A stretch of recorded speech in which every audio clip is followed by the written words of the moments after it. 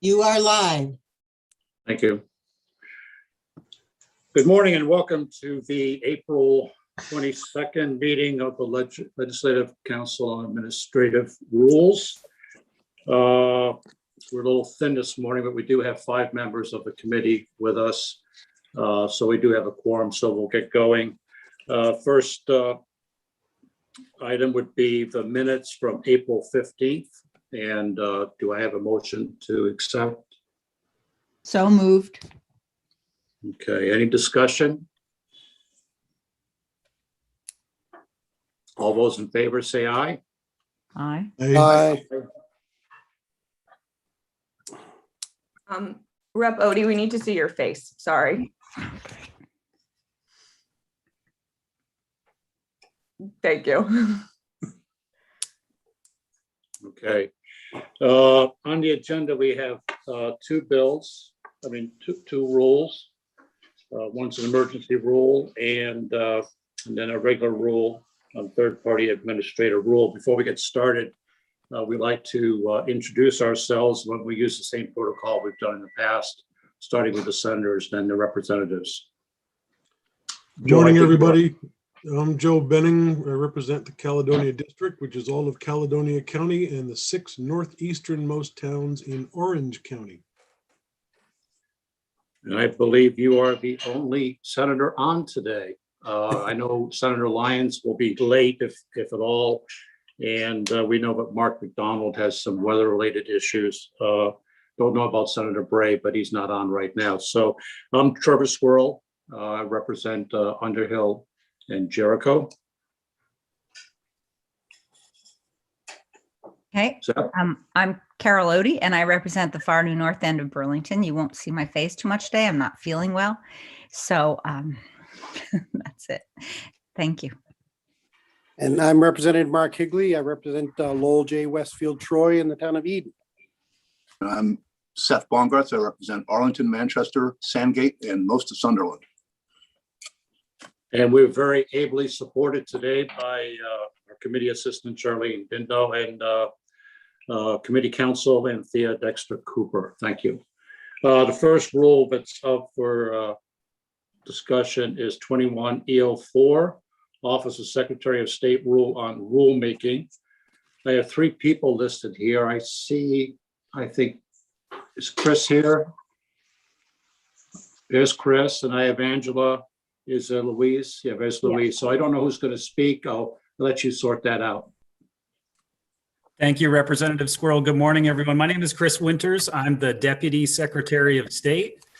Used to spend a lot of time in front of LCAR back when I was with the Office of Professional Regulation. Haven't done it so much since becoming deputy. So I'm a little rusty in my rulemaking presentations. That's why I have with me Louise Corliss, who is our APA coordinator in the Secretary of State's office, and Angela Valentinetti, who is a records and information management specialist in our office and works with Louise when it comes to APA rules. Much like the committee on committee or the policy on policies, we have a rule on rulemaking this morning. And this would be the 3rd iteration of an emergency rule. And we put this rule in place first in April of 2020, after the onset of COVID-19, to allow for what we call a conformed signature on rulemaking filings, on all those filings and proposals that you see in front of your committee. We felt it was an urgent and necessary step to take so that we didn't have people having to get that wet ink signature and having to deliver in person all the filings that typically end up in Louise's hands. So back in April 2020, we made a few small changes to the rule on rulemaking to allow for a conformed signature. That's a signature that's typed out, and then a filing that comes to us electronically or through the mail, but there's no wet signature on it. And then the agency itself is responsible for maintaining that original signature in their agency. So that prevented the need for people to show up in person to deliver these rules to us. And that rule was effective through October of 2020. We extended it again with the help of this committee in October 20 through March of 2021. And now here we are again asking for one more extension here. And I'll just let the committee know that we're looking, this has worked really well. I think it's saved people time. It's saved people travel. It's worked really well. We're looking to make this a permanent change by the time that this rule expires. So we're actively working on that, but we would ask your approval of the third iteration of the emergency rule on rulemaking. And Angela or Louise, do you want to add anything to that introduction? No, that pretty well sums it up. Right now it's in the same exact form that it was the last two iterations. We haven't changed anything. It's just to keep it in play as the pandemic has just extended way beyond the normal time frame for an emergency rule. Thanks, Louise. Angela? Yeah, I have nothing more to add, just to reiterate that the ease and efficiency that it's created has definitely been beneficial, I think, on both sides, both for us receiving the filings and for the folks who are trying to make the filings. Okay. Thank you very much. Committee members, any questions? Yeah. Representative Higley? Yeah, thank you. Being new to the Rules Committee, I know, Chris, that it looks like that end date now is September 28th. What's the process? You said you'd like to make it permanent. What's the process for doing that between now and September? So we've already started working on drafts of that, what it would look like, to see if there's anything else in the rule that we'd like to change while we're at it.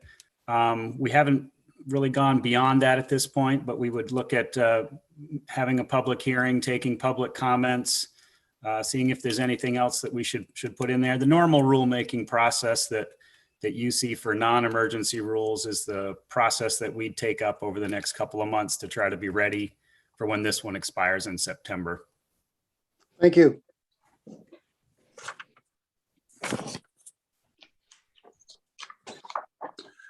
Senator Benning? Well, Mr. Chair, hearing no other questions, I will move that we adopt 21-E04 to approve the emergency rule that will amend the rule on rulemaking. And I'll look forward to the day when we are presented with the permanent rule that amends the emergency rule on the rule on rulemaking. Thank you, Senator. We have a motion to accept 21-E04. Is there any additional discussion?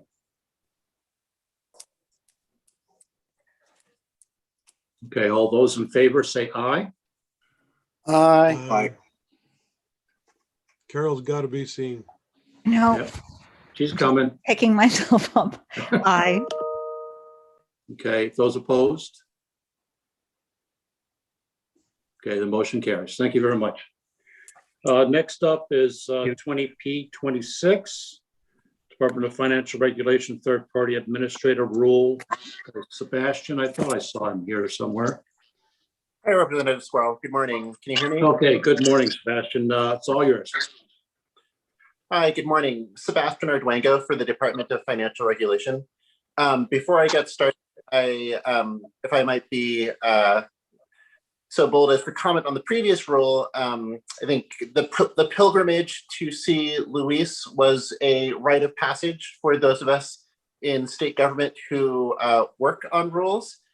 So that I think that will be the end of an era that all of us lawyers who work on rules will no longer have to make the drive out to Middlesex.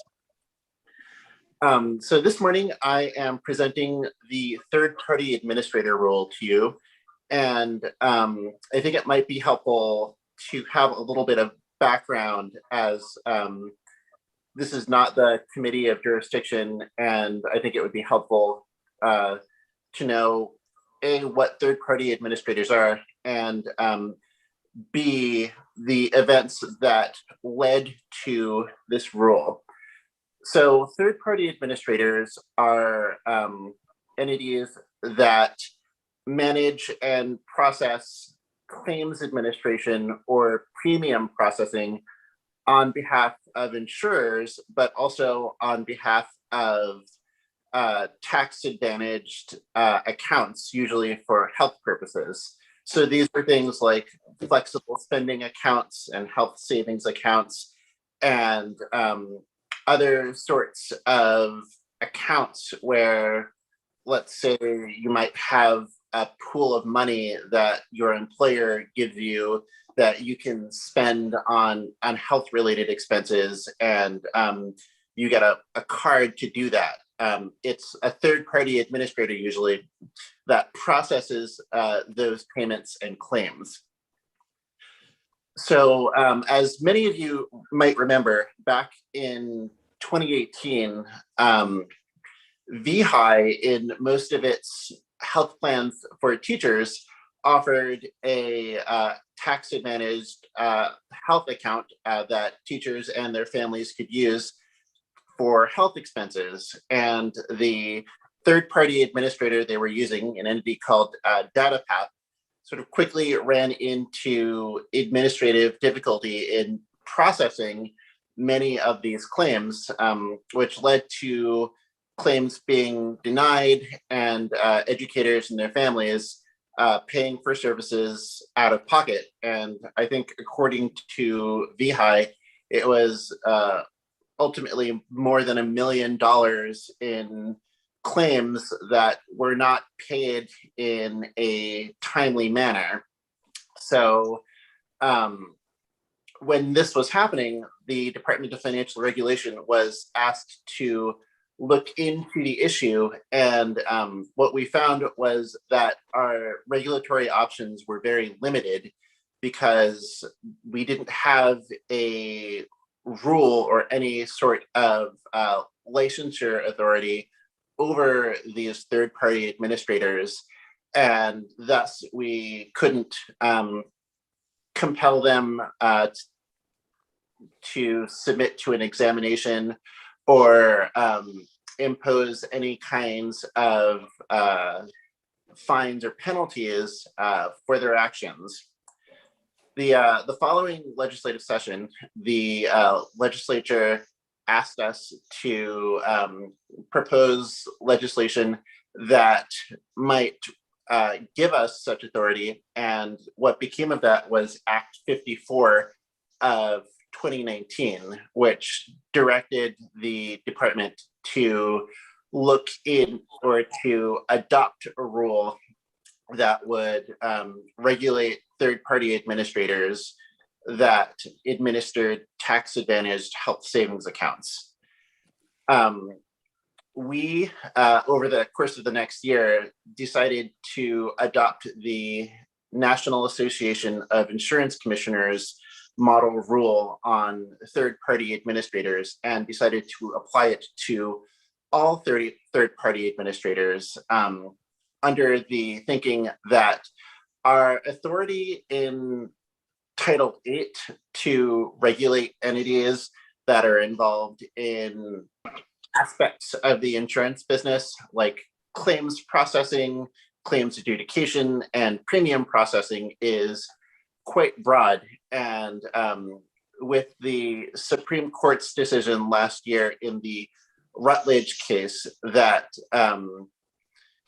gave states more leeway to regulate entities that could be administering or have some other involvement in ERISA plans, we thought it would be prudent to simply regulate all third-party administrators instead of the entities that were specified in Act 54.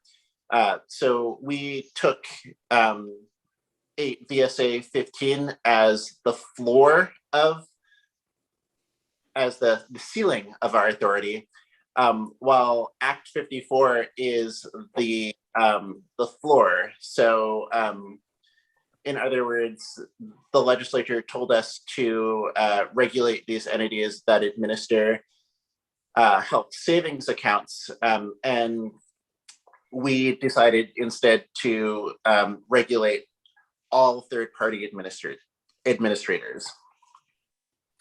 So the rule you see before you today is the NAAC Model Act for the regulation of third-party administrators.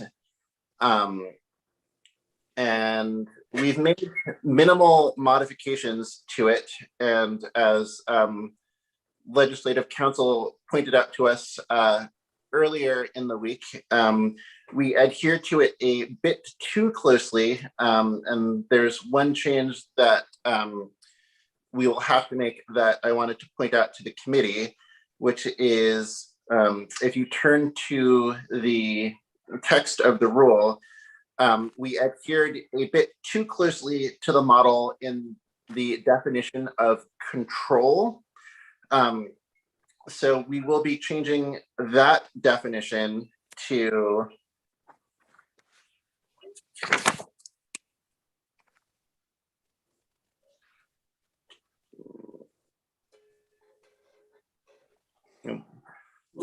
searching for the exact wording that we're going to use.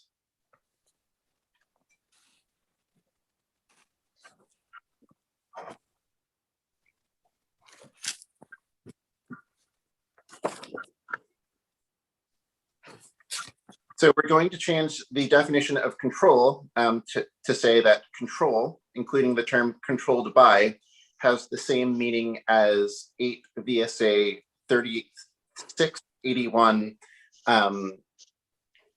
paragraph 3.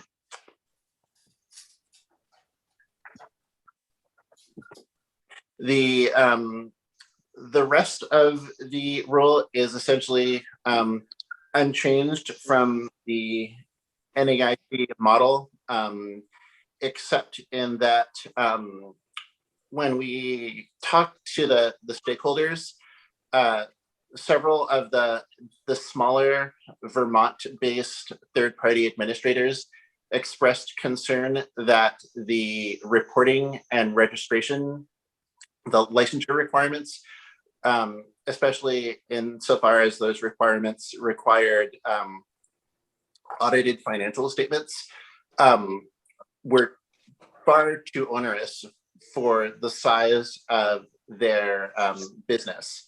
So we modified the rule to say that if your TPA doesn't actually hold client funds, then you can submit a self-certified financial statement instead of going to a CPA and going through the process to get your financial statements audited.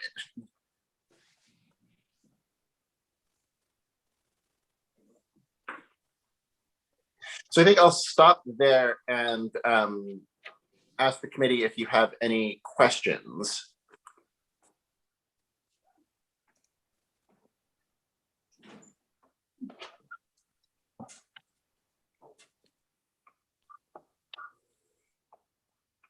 Good morning, Trevor.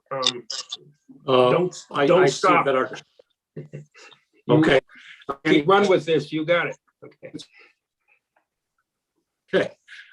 Committee, any questions?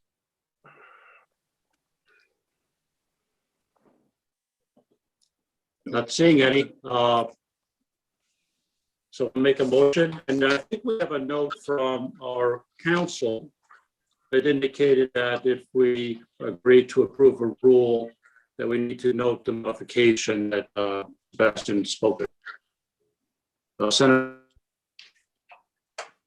Mr. Chair, I'm going to make a motion that we approve Rule 20-P26 with the change to Section 3, Paragraph 5 that would incorporate into the definition of control 8 VSA Section 3631, Paragraph 3. Sebastian, please correct me if I've misquoted that statutory citation. Again, I've said 8 VSA 3631, Paragraph 3. My notes indicate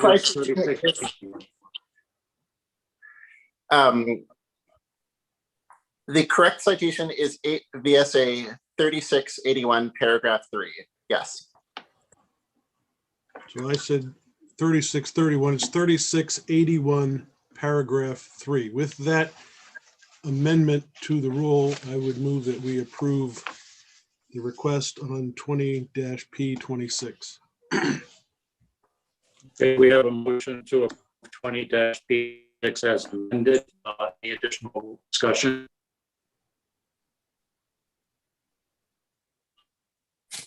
Okay, all those in favor, please say aye. Aye. Aye. Aye. Aye. Opposed? You approve 20-P6. Any new business?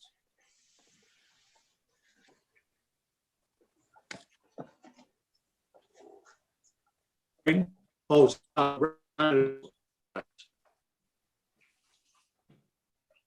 Trevor, you're going in and out like Max Headroom on my screen. I don't know about anybody else. okay, I'm sorry Yeah, about that. same, Is that same here. reference to Bonk? We're still not picking you up. Sorry about that. Senator, you want to? Okay, so this was the second item on the agenda, was the first one taken up, and Yes. Yeah. which would end our business for today. Well, I'm happy to move that we adjourn, but first I want an explanation from the real chair as to why a weather event prevented him from being on Zoom this morning. Was your satellite covered with snow? Is that the idea? No, my I don't work from home, and my vehicle with the snow tires is in the shop, and